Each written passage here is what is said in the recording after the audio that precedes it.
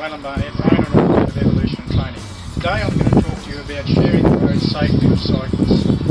There is a lot of debate and questions remain on cycling safety.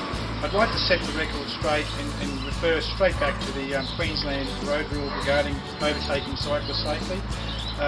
Cyclists are the most vulnerable road users on our roads today, and at the end of the day, if something happens, they are most likely to be the most injured or affected in the event of an accident.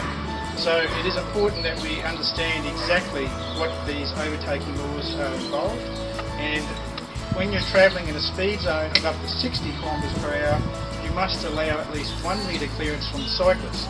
Now this 1 metre clearance is measured from the furthest tip of the vehicle, which in most cases is the side mirror, out to the 1 metre distance. Now if the speed limit is over 60 km/h, you need to extend the passing distance to 1.5 metres to abide by the traffic rules and regulations.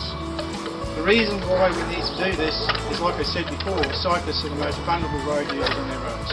So cyclists need to respect that fact as well as motorists. And the fact is that at the end of the day, we all want to get home safely to our loved ones and friends and family.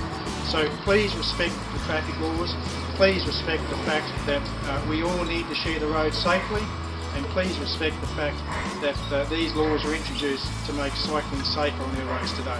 Thank you for your time.